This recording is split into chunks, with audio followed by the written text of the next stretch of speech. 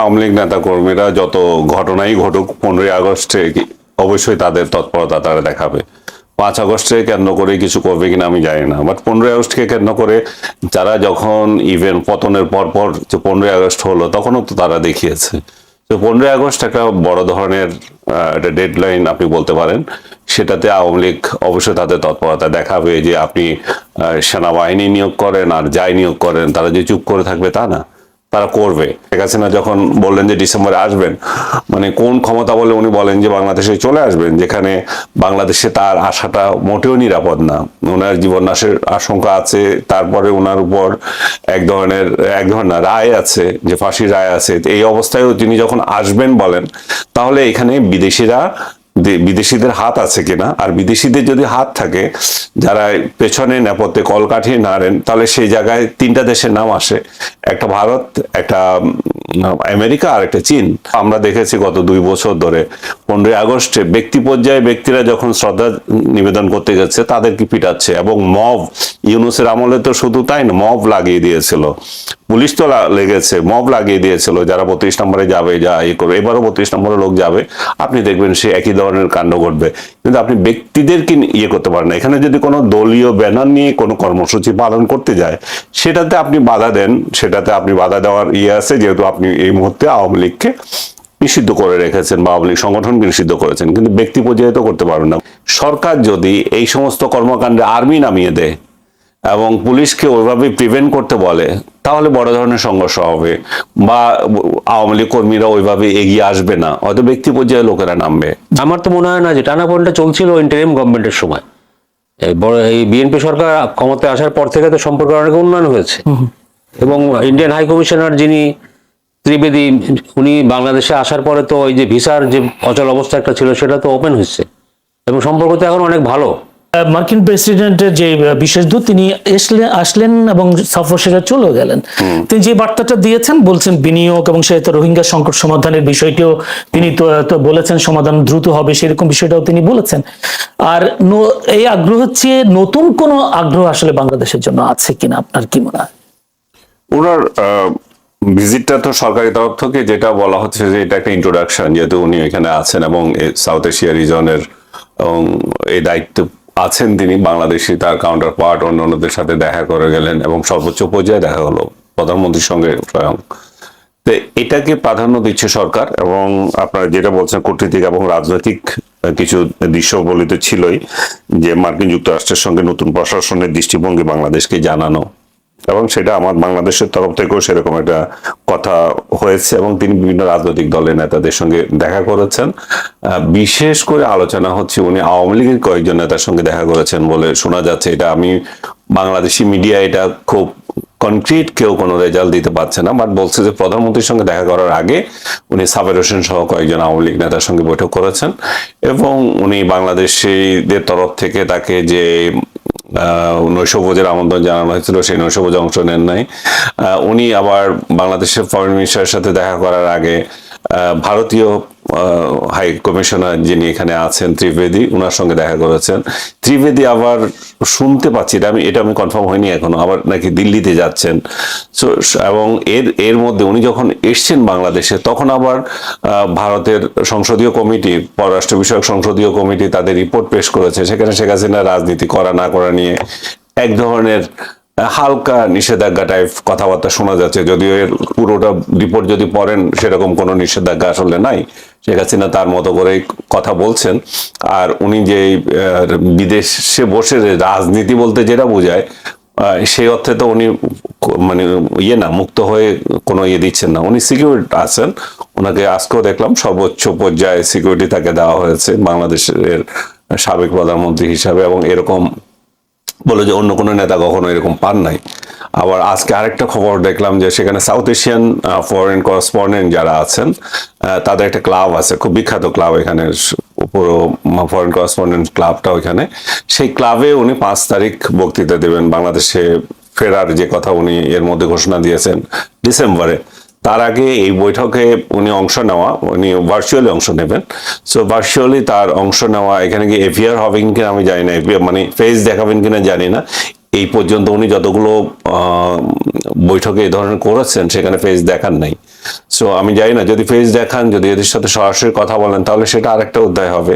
আর আসার যে ঘোষণা, এটাকে অনেকে আবার এটা লিঙ্ক আপ করছে সার্জিকরের সাথে। হ্যাঁ, যে ওই এই শেখ হাসিনার আসার ঘোষণা, উনি আসলেন, উনি কি রাজনৈতিক দলগুলোর সাথে দেখা করছেন, যখন সেখানে কি আওয়ামী লীগের সঙ্গে একটা নেগোসিয়েশনের সম্ভাবনা আছে কিনা, স্পেকুলেশন সবগুলো। সে আওয়ামী লীগের তরফ থেকেও এটা কোনো ক্লিয়ার না, কোনো বক্তব্য ওইভাবে আসে নাই, সরকারি তরফ থেকেও আসে নাই, সো এবং আমেরিকান তরফ থেকেও আসে নাই।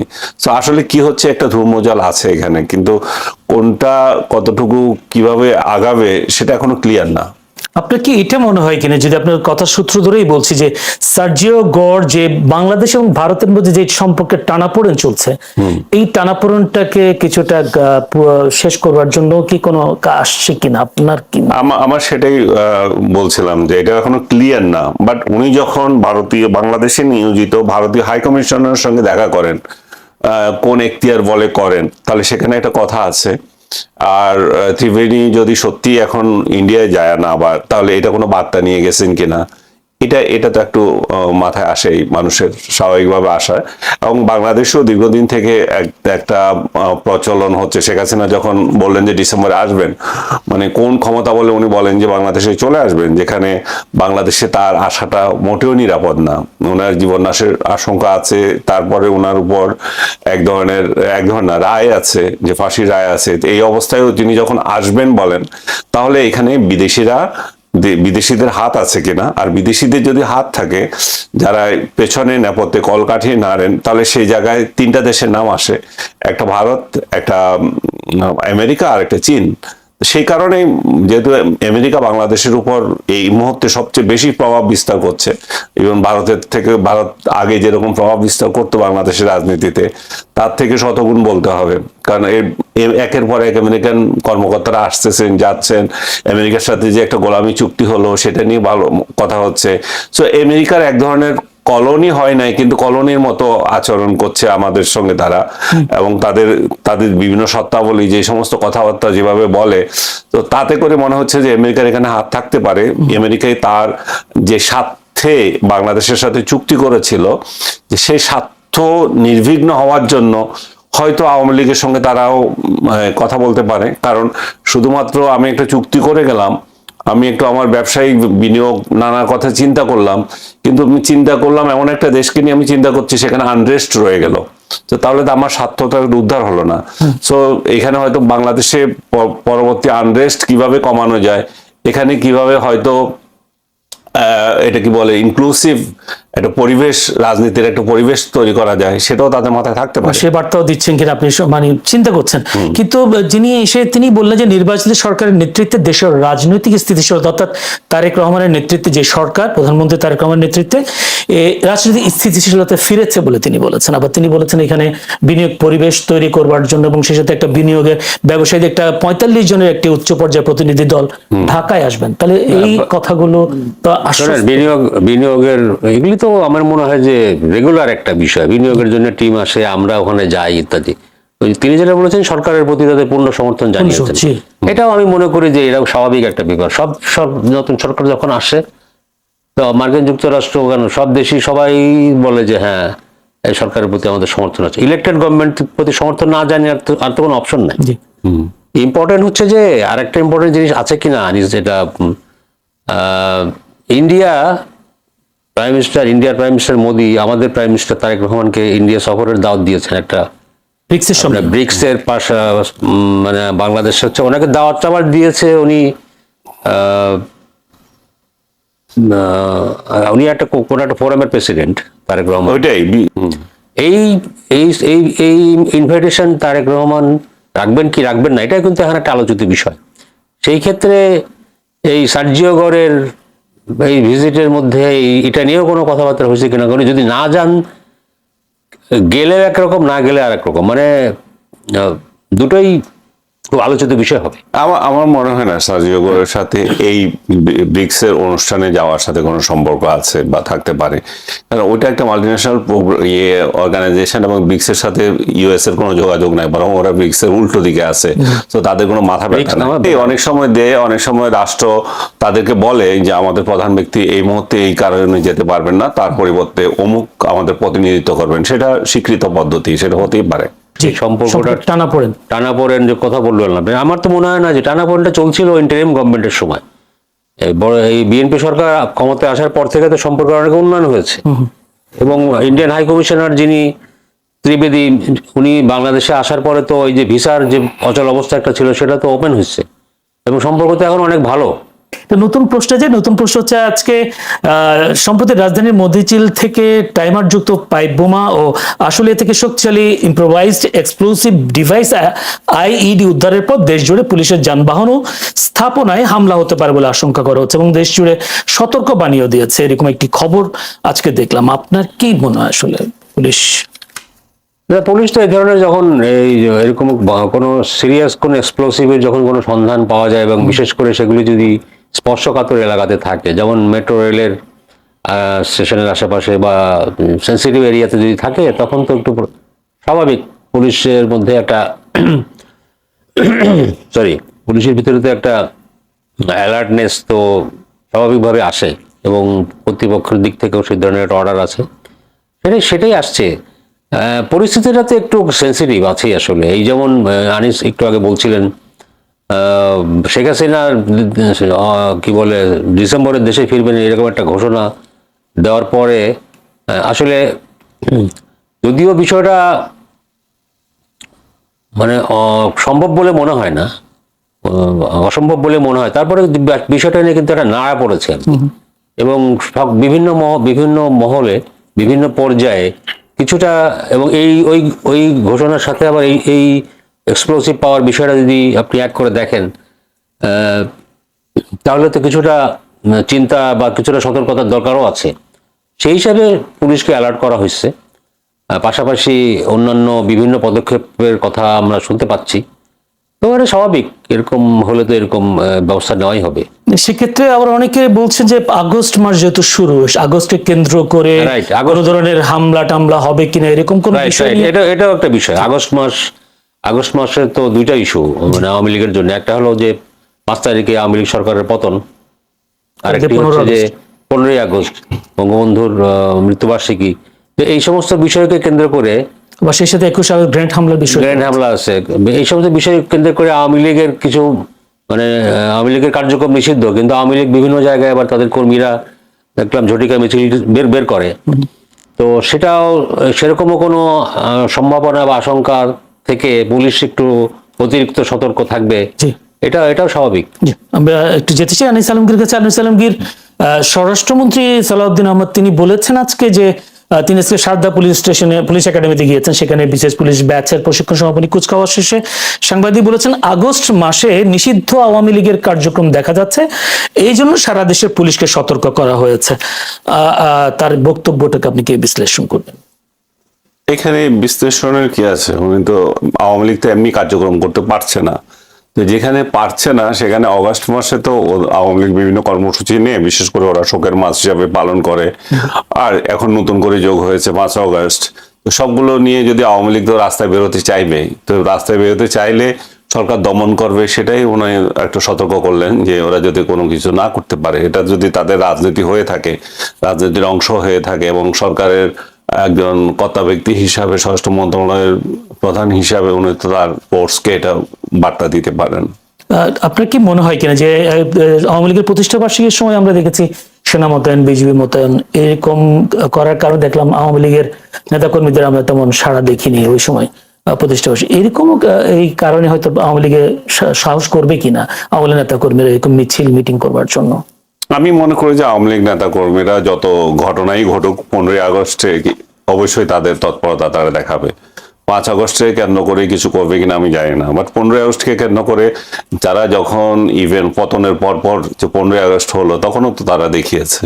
তো 15ই আগস্ট একটা বড় ধরনের একটা ডেডলাইন আপনি বলতে পারেন। সেটাতে আওয়ামী লীগ অবশ্যই তাদের তৎপরতা দেখাবে যে আপনি সেনাবাহিনী নিয়োগ করেন আর যাই নিয়োগ করেন তারা যে চুপ করে থাকবে তা না, তারা করবে। কিন্তু কতটুকু করতে পারবে সেটা নির্ভর করছে সরকারের উপর। সরকার কতটা অধিকার হরণ করবে, কতটা ব্যক্তি পর্যায়ে নেমে যাবে। যেমন কোন ব্যক্তি, রাজা ভাই মনে করলেন যে আমি বঙ্গবন্ধুকে শ্রদ্ধা জানাবো, আমি মনে করলাম যে জানাবো, আমার পর্যায়ে তো উনি এটা করতে পারেন না। যেটা আমরা দেখেছি গত 2 বছর ধরে 15ই আগস্টে ব্যক্তি পর্যায়ে ব্যক্তিরা যখন শ্রদ্ধা নিবেদন করতে গেছে তাদেরকে পিটাচ্ছে, এবং মব, ইউনূসের আমলে তো শুধু তাই না, মব লাগিয়ে দিয়েছিল, পুলিশ তো লেগেছে, মব লাগিয়ে দিয়েছিল যারা 32 নম্বরে যাবে, যা ইয়ে করবে। এবারও 32 নম্বরে লোক যাবে, আপনি দেখবেন সে একই ধরনের কাণ্ড ঘটবে। কিন্তু আপনি ব্যক্তিদেরকে ইয়ে করতে পারেন না। এখানে যদি কোনো দলীয় ব্যানার নিয়ে কোনো কর্মসূচি পালন করতে যায়, সেটাতে আপনি বাধা দেন, সেটাতে আপনি বাধা দেওয়ার ইয়ে আছে, যেহেতু আপনি এই মুহূর্তে আওয়ামী লীগকে নিষিদ্ধ করে রেখেছেন বা আওয়ামী লীগ সংগঠনকে নিষিদ্ধ করেছেন, কিন্তু ব্যক্তি পর্যায়ে তো করতে পারবেন না। গতবার যেটা আমরা দেখেছি, পুলিশ ইভেন যে খিচুড়ি রান্না করে সে খিচুড়ি পর্যন্ত নিয়ে গেছে এবং ওরা নিজেরা খেয়ে ফেলেছে। সে ব্যক্তি পর্যায়ে যদি কারো ইয়েতে মৃত্যু দিবসে যদি কেউ এই ধরনের প্রোগ্রাম করে আর সেগুলোকে তুলে নিয়ে আপনারা খেয়ে পেলেন, এগুলো তো নির্লজ্জতা। এগুলো তো তখন মানবাধিকার নিয়ে প্রশ্ন আসে, রাষ্ট্র কি ঠিক মতো চলছে কিনা, আইন প্রশাসন ঠিক মতো চলছে কিনা। না, সেই একই দৃশ্য আমরা দেখেছি বছরের পর বছর। যারা ক্ষমতায় যাবে তাদের ইচ্ছা অনুযায়ী পুলিশ প্রশাসন চলবে, মানবাধিকারও তাদের ইচ্ছা অনুযায়ী, যেটা তারা মানবাধিকার মনে করে না সেটা তারা করতে পারবে না। সেই সব দৃষ্টিকোণ থেকে 15ই আগস্ট একটা বড় ধরনের, আমরা মনে করি যে এটা গোলযোগ হওয়ার সম্ভাবনা আছে, এবং সেটা আবার সরকার সম্ভাবনাটা আপনি কিভাবে বলছেন যে আসলে আওয়ামী লীগ ততটা সঞ্চয়, মানে শক্তি সঞ্চয় করতে পেরেছেন কিনা বিগত 2 বছর? আওয়ামী লীগ গত যখন মানে ক্ষমতা থেকে চলে গেছে তখন কি সঞ্চয় ছিল? তখন তো ওর পুরোটাই একটা মানে কি বলবো, একটা ফিনিশ হয়ে গেছে। তো সেই সময় তারা এটা করে নাই, এরপর গত বছর করে নাই, তো এই বছর করবে না কেন? এবছর তো আরো আরো আমার মনে হচ্ছে এই বছর আরো বেশি হবে। কিন্তু আপনি যেটা বারবার আমি একই কথা বলছি, সরকার যদি এই সমস্ত কর্মকাণ্ডে আর্মি নামিয়ে দেয় এবং পুলিশকে ওইভাবে প্রিভেন্ট করতে বলে, তাহলে বড় ধরনের সংঘর্ষ হবে, বা আওয়ামী লীগ কর্মীরা ওইভাবে এগিয়ে আসবে না, হয়তো ব্যক্তি পর্যায়ে লোকেরা নামবে। যেতে চাই রেজওয়ানুল হকের কাছে। রেজওয়ানুল হক, সম্প্রতি একটি বেশ সমালোচনা হচ্ছিল বিএনপির বিরুদ্ধে, সেটা হচ্ছে জামাতের পক্ষ থেকে বলা হচ্ছে চাকরিতে মেধার দরকার নাই, এখন বিএনপির পদ থাকাই যোগ্যতা, এমন মন্তব্য করেছেন জামায়াতের সেক্রেটারি মিয়া গোলাম পরোয়ার। সম্প্রতি তারা 12টি পদে, বিশেষ করে নির্বাচন কমিশন সচিবালয় থেকে শুরু করে আর বেশ কয়েকটি প্রতিষ্ঠানে তাদের নিজেদের দলের দায়িত্বশীলদেরকে বসানো হয়েছে। সেই ক্ষেত্রে বলছেন, আপনি কি মনে করেন আসলে বিএনপি যে পথে হাঁটছে সেই পথটা কতটা বা মসৃণ? এটা প্রথম ঘটনা নয়। এর আগে ধরেন এই যে বিভিন্ন সিটি কর্পোরেশনের প্রশাসক, ধরেন যে ঢাকাতেই ধরি, ঢাকাতেও 2জন সিটি কর্পোরেশনের প্রশাসক কিন্তু দলীয় লোক বিএনপি নিয়োগ দিয়েছে এবং ঢাকার বাইরেও দিয়েছে। এবারও যেটা আপনি বললেন, রাজনৈতিক সরকার তো রাজনৈতিক তার দলের দলীয় লোকজন প্রাধান্য পাবে, এটা খুব স্বাভাবিক। আর তবে এই যে 12টা কর্পোরেশনের যে চেয়ারম্যান নিয়োগ দেওয়া হলো দলের লোকজনকে, এগুলোর অনেকগুলি টেকনিক্যাল অধিদপ্তর বা কর্পোরেশন, সেখানে তারা কতখানি কি ভালো ভূমিকা রাখতে পারবেন আমি জানি না।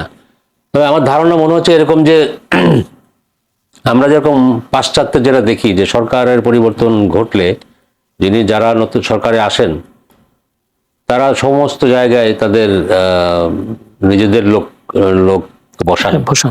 তারেক রহমান দীর্ঘদিন লন্ডনে ছিলেন, তিনি বিদেশিরা মানে ওই সমস্ত উন্নত দেশ কিভাবে চলে, প্রশাসন কিভাবে চলে সেটা তিনি দেখেছেন, সেখান থেকে কিছু শিখেছেন নিশ্চয়ই। তার সঙ্গে এটা একটা যোগসূত্র থাকতে পারে। তবে এটা আসলে নির্ভর করে যে আপনি দলীয় লোক দিতে পারেন, কিন্তু তারা কতখানি ক্যাপাবল, সেটা তারা যদি ক্যাপাবল হন তাহলে আমার মনে হয় না যে এর মধ্যে এতে আমাদের আপত্তি করার কিছু। বাট ব্যাপারটা যে নতুন, এটাও একটা দেখার বিষয় আছে যে এটা ওয়ার্ক করছে কিনা ঠিক মতো। আমরা তো অতীতে সবসময় এই সমস্ত পজিশনে আমলাদেরকে দেখতাম, কখনো কখনো অবসরপ্রাপ্ত আমলাদেরকেও দেখতাম। তো সর্বত্রই আমলাতন্ত্রের সবখানে আমলাতন্ত্রের আসর কেন থাকবে, এটাও তো একটা কথা। পলিটিক্যাল গভর্নমেন্টে পলিটিক্যাল লোকও থাকতে পারে। আমলাতন্ত্রের থাবা থেকে কিছুটা মুক্ত হওয়াও কিন্তু জরুরি। তো সেই দিক থেকে আমি মনে করি যে এটা একটা নতুন বিষয়। আমি দেখতে চাই যে এটা রেজাল্টটা কি হয়। এটা যদি ঠিকমতো ওয়ার্ক করে জি, তাহলে এতে আমি আপত্তি কিছু দেখি না। অতীতে রাজনৈতিক যে দলীয় নিয়োগগুলো হয়েছে সেখানে ইতিহাস কি বলে আসলে? না, এই ধরনের এই যে আমি কর্পোরেশনের কথা বলছি। এই পদগুলো তো আসলে নির্বাচনের মধ্যে দিয়ে আপনার পূরণ করার কথা। তো যখন নির্বাচন হয় না তখন প্রশাসক নিয়োগ করে, সেটাও সেই বিধানও আছে। কিন্তু পার্টিকুলারলি যে 12টা কর্পোরেশনের কথা বললাম সেগুলোতে কিন্তু দলীয় লোকের নিয়োগ এই প্রথম। সেজন্য বলছি যে এটা আমাদের একটু দেখতে হবে যে রেজাল্টটা কি ভালো হইলো না খারাপ হইলো। জি, যদি ভালো না ওয়ার্ক করে তখন তো নিশ্চয়ই এর সমালোচনা হবে। সমালোচনা হবে। জামাল ইসলাম আলমগীর, আপনার আমি যদি একটু মির্জা ফখরুল ইসলাম আলমগীরের একটা বক্তব্য আলোচনায় এসেছে। তিনি 30 জুলাই রাজধানীর সার্কিট হাউস এলাকায় তথ্যভবন মিলনায়তে একটি আলোচনা সভায় এটি কথা বলেছেন। তিনি আক্ষেপ করে বলেছেন, আমার এই 4-5 মাসের মন্ত্রিত্বের অভিজ্ঞতা বলা দরকার, বলে আমি দেখেছি কিছুই বদলায়নি। অর্থাৎ এই 5 মাসে যারা ঘুষ খেত তারা একইভাবে ঘুষ খাওয়ার ফন্দি ফিকির করছে, একইভাবে যারা ভালো একটা কাজকে আটকে দিত তারা আটকে দিচ্ছে, লোকজন ভোল পাল্টাচ্ছে, ভোল পাল্টানো লোকজনই এখন অনেক বেশি জুলাই যোদ্ধা হয়ে গেছে। তিনি আবার আশাবাদ হয়ে একটা কথা বলেছেন, আমি একজন মানুষের মধ্যে পরিবর্তন দেখছি। তিনি হচ্ছেন সেটা তারেক রহমান। তিনি চেষ্টা করছেন, নতুন নতুন নজির স্থাপন করছেন। তাহলে এই 5 মাসে কি এটাকে আত্মস্বীকৃতি মির্জা ফখরুল ইসলাম আলমগীরের, বা সেখানে তিনিও তো পড়েন, মানে আত্মস্বীকৃতি কেন হবে? উনি নিজের কথা তো বলেন নাই, নিজের তো কিছু বলেন নাই। একজনের কথাই বলছে, শুধু প্রধানমন্ত্রী তারেক। হ্যাঁ, আমি মানে প্রায় ওনার সঙ্গে একমত। আসলে এই 5 মাসে পরিবর্তনটা কোথায় হয়েছে? যেগুলোকে দেখেছি জুলাইতে জিন্দিগিতে কোনোদিন কথা বলে নাই, জুলাই মাসেও কথা বলে নাই, এখন অন্যের ফেসবুক পোস্ট শেয়ার করে করে বিপ্লবী সাজে। হ্যাঁ, নিজের কিছু নাই দেখানোর মতো। জুলাই মাসে কি বলেছিল? জুলাইকে সমর্থন করেছিল কিংবা নিন্দা করেছিল? কোনোটাই না। তার মানে কি, ওরা তখন বোবা ছিল, ওরা এত মেরুদণ্ডহীন ছিল যে তার নিজের মতামত রাখতে পারে নাই। জুলাইকে আমি সমর্থন করি না সেটাও স্পষ্ট করে বলতে পারে নাই, জুলাইকে আমি সমর্থন করি সেটাও বলতে পারে নাই। তারা কি করলো? এই যে আজকে 2 তারিখ, আজকে চারদিক থেকে উঠলো যে 1 দফার দাবিটা, যে কেউ কেউ এতদিন বলছিল, এতদিন ধরে সবগুলো বলা হয়েছিল যে এটা একটা কোটা আন্দোলন, ছেলেদের কোটা আন্দোলন। এই 2 তারিখে এসে সলিমুল্লাহ খান, আমি তার কথা বলবো, সাহসের সঙ্গে সে বলল যে 1 দফার কথাটা। তার পরবর্তীতে অন্যরাও বলল। 3 তারিখে গিয়ে আমরা কি দেখলাম? আগামীকাল শহীদ মিনারে গেল অনেকেই, আমাদেরকে আহ্বান জানালো যেতে, যে যার মতো করে গিয়েছে, জমায়েত হয়েছে, এবং এর প্রধান উদ্যোক্তা ছিল বামেরা, কিন্তু সম্মিলিতভাবে সবাই সেখানে গিয়েছে। কতিপয় সাংবাদিক নামধারী এখন আবার সাংবাদিকও নাম ধরে, এই যে ও সহ আরো বহু লোক ওইখানে গিয়েছে, যা ছবি তুলেছে, এবং সাংবাদিক, শিল্পী, বিভিন্ন সেক্টরের বলবেন আমি এগুলা ছবি তুলছে ওইখানে গিয়ে, ছবি তুলে এখন বিপ্লবী হয়ে গেছে, ওই ছবিটা বিক্রি করে। এদের কিন্তু 17 বছরে শেখ হাসিনার দালালি ছিল, শেখ হাসিনার চামচাদের কে বিশেষ বিশেষ সাপ্লাই ছিল। ওদের একজনের কথা আমি বলবো, যে তার রিসোর্ট ছিল, এই রিসোর্টে বিনোদন করত, শেখ হাসিনার আমলে বিজ্ঞাপন ব্যবসা করেছে। হ্যাঁ, ইভেন শেখ হাসিনা চলে যাওয়ার পর আলী রিয়াজ এবং এটার নাম কি বলেন, নূরদের বিজনেস কিভাবে দখল করা যায় সেই চিন্তা করেছিল। সারা বছর কিছুই করে না, এখন বিপ্লবী সেজে গেছে। এরকম প্রতিটা এখানে দেখবেন। আরেকটা জিনিস দেখেন, এরা 16ই ডিসেম্বর আসলে কোনোদিন কিছু বলতে আমি দেখি নাই, কিন্তু এই যে 5 আগস্টকে কেন্দ্র করে এখন বিরাট বিরাট বুদ্ধিজীবী হয়ে করছে, সেমিনার করছে। সেই একই ঘটনা, ওদের সিংহভাগই এতে জুলাইতে কিছু করে নাই, এর শেখ হাসিনা আমলেও কিছু করে নাই, কিন্তু এখন বিরাট বিপ্লবী তাত্ত্বিক বিপ্লব করতেছে একদল। এই যে শেখ হাসিনার আমলে এরকম ছিল, 16ই ডিসেম্বর বা স্বাধীনতা দিবস কিছু থাকলে গদবাধা কতগুলো লোক বকবক করতো, এখন এরা আবার একই স্টাইল শুরু করেছে এবং 16ই ডিসেম্বর ভুলে গেছে। তার মানে হচ্ছে কি, একটা পর্ব যায়, এক দালালরা যায়, আরেক দালালরা আসে। অনেকটা দেখা যায় যে অনেকগুলো ইভেন্ট মানে আরোপিত, সাধারণ মানুষের কোনো অংশগ্রহণ নাই। সাধারণ মানুষ এটা নিয়ে কোনো মাথায় ঘামানে, কোনো বদারই করে না। সাধারণ মানুষ চিন্তা করতেছে যে আমাদের তেল গ্যাসের দাম বেড়ে যাচ্ছে, আমাদের দ্রব্যমূল্য বাড়তেছে, আমাদের ঘুষ কমে নাই, এবং এই যে মির্জা ফখরুল সাহেব যে কথাগুলো বলেছেন, এই যে একই ঘটনা, শুধু ভুয়া বিপ্লবীরা বেড়ে গেছে আর একটা লোকের মধ্যে পরিবর্তন হচ্ছে, সেটা হচ্ছে তারেক জিয়া। আমিও তাই মনে করি। এবং 5 আগস্টের যেদিন, সেদিনই আমি লিখেছি যে এই যে যখন উনি একটা স্পিচ দিলেন যে ইয়ের উপরে 5 আগস্টের পরবর্তী যে দেশে আইন শৃঙ্খলা রক্ষা করার ক্ষেত্রে ইউনূস বড় বাটপার, সে ক্ষমতা নিয়েছে, কিন্তু আপনি দেখেন যে স্থিতিশীলতা আনার ক্ষেত্রে কোনো ভূমিকা রাখে নাই, কোনো কথা বলে নাই যে যারা এই আন্দোলন করছে, যারা অ্যাট্রোসিটি করছে, যারা অমুকের মারছে তমুকের ধরছে, এগুলো বন্ধ করো। আজকে ইয়ের বক্তৃতাটা দেখেন আপনি, রিসেন্টলি যদি দেখে থাকেন, এই যে নরেন্দ্র মোদীর বক্তৃতাটা, যে ইয়াংদের উদ্দেশ্যে একটা আন্দোলন হলো, আন্দোলন শেষ, ইয়াংদের উদ্দেশ্যে কি বক্তৃতা দিয়েছে, এবং তার সবাই স্যাটিসফাইড এটাতে। আর আমাদের সময়ে সেই বক্তৃতাটা কে দিতে পারতো? শেখ হাসিনা তো দিতে পারতো না, উনি তো পলাতক, বা উনি পালিয়ে গেছেন, কিংবা ওনাকে সামরিক বাহিনীর লোকজন ভারতে দিয়ে এসছে, ওনার সরকারের পতন হয়েছে, ওনার তো আর বক্তৃতা দেওয়ার কথা না, বাবারা এখন আমার ক্ষমতা চলে গেছে, তোমরা এখন ঘরে ফিরে যাও। ওনার তো ওই মেন্টালিটিতে নাই তখন। তাহলে এই বক্তৃতা কে দিতে পারতো? দুইজন ব্যক্তি, এক তারেক রহমান, আরেকজন ইউনূস ক্ষমতায় বসে সেটা দেয় নাই। তার ফলে কি হলো? আমাদের এই ইয়াং জেনারেশন গালাগালিকে একটা সংস্কৃতি হিসাবে নিল। আজকে এনসিপি সহ অনেক রাজনৈতিক দল বা জামাতের অন্যান্য বি টিম, সি টিম যেগুলো গালাগালি করে এবং অমুককে তমুককে ধরে হুমকি দেয়, এই সংস্কৃতিটা রয়ে গেল। অথচ এটা ইন্টেরিয়াম গভর্নমেন্টের একজন ব্যক্তি হিসাবে ইউনূস সেটা একেবারে শেষ করে দিতে পারতেন, যে প্রতিহিংসার রাজনীতিটা আমরা এখন থেকে শেষ করলাম। সেই প্রতিহিংসার রাজনীতি শেষ হয় নাই বলে আপনি দেখেন আজকে এক দল আরেক দলকে গিরাচ্ছে, যারা মব করেছিল তাদেরকে আবার এখন মব করতেছে, তা এরা আবার আরেক দল যখন ক্ষমতা আসবে তখন মব করবে, আওয়ামী লীগ যখন আবার ক্ষমতা আসবে তারা এই মবের প্রতিশোধ নেবে। এই চক্রটা রয়ে গেছে, ইউনূস সেটা করে না।